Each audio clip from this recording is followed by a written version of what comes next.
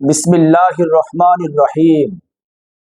আসসালামু আলাইকুম রাহমাতুল্লাহ।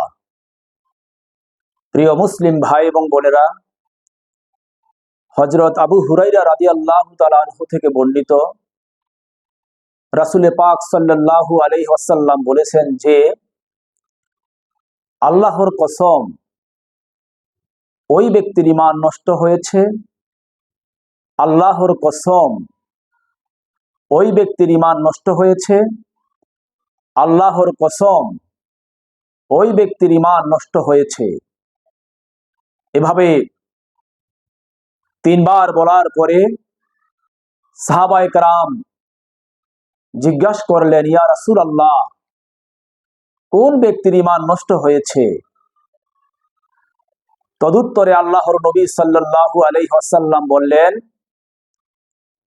যে ব্যক্তির ব্যবহারে তার প্রতিবেশী মনে কষ্ট পেয়েছে, সে ব্যক্তির ঈমান নষ্ট হয়েছে। বুখারী ও মুসলিম।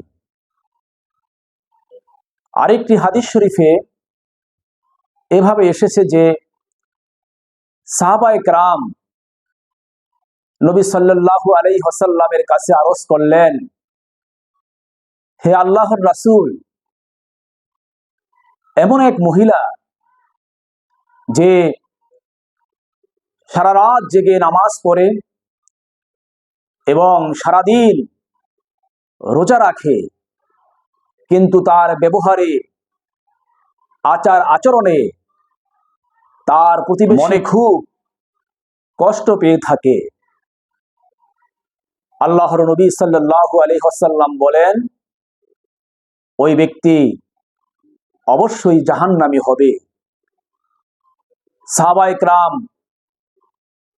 অন্য এক মহিলার প্রসঙ্গে বললেন, হে আল্লাহর নবী, আরেক মহিলা, সে এত নামাজ এবং নফল ইবাদত করে না, তবে তার আচার ব্যবহারে সে তার প্রতিবেশীকে কোনো কষ্ট দেয় না। আল্লাহর নবী সাল্লাল্লাহু আলাইহি ওয়াসাল্লাম বললেন যে, এ ব্যক্তি অবশ্যই জান্নাতে প্রবেশ করবে। তাহলে এই হাদিসগুলো দ্বারা বোঝা গেল যে প্রতিবেশীর সঙ্গে অবশ্যই ভালো ব্যবহার করতে হবে। যে ব্যক্তি প্রতিবেশীর সঙ্গে খারাপ আচার আচরণ করে, খারাপ ব্যবহার করে, মনে কষ্ট দেয়, সে ব্যক্তির ঈমান অবশ্যই নষ্ট হয়ে যাবে। রাসূল পাক সাল্লাল্লাহু আলাইহি ওয়াসাল্লাম ইরশাদ করেছেন, আল মুসলিমু মান সালিমাল মুসলিমুনা মিন লিসানিহি ওয়া ইয়াদিহি। অর্থাৎ প্রকৃত মুসলমান ওই ব্যক্তি যার হাত এবং মুখ থেকে অন্য মুসলমান, অর্থাৎ তার প্রতিবেশী, নিরাপদে থাকে। তাহলে আমাদের সংকল্প হবে, আমাদের পাড়া প্রতিবেশী এবং সমস্ত মানুষদের সঙ্গে ভালো ব্যবহার করতে হবে, উত্তম আচরণ করতে হবে। যদি আমাদের আচরণ দ্বারা, আমাদের ব্যবহার দ্বারা, আমাদের হাত দ্বারা মানুষেরা মনে কষ্ট পায়, মনে দুঃখ পায়, তাহলে কিন্তু নবী সাল্লাল্লাহু আলাইহি ওয়াসাল্লামের হাদিস দ্বারা বোঝা যাচ্ছে যে আমাদের ঈমান নষ্ট হয়ে যাবে।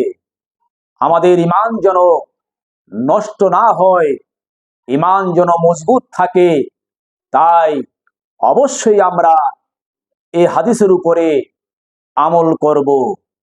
আল্লাহ পাক আমাদেরকে হাদিসের উপরে আমল করার তৌফিক দান করুন।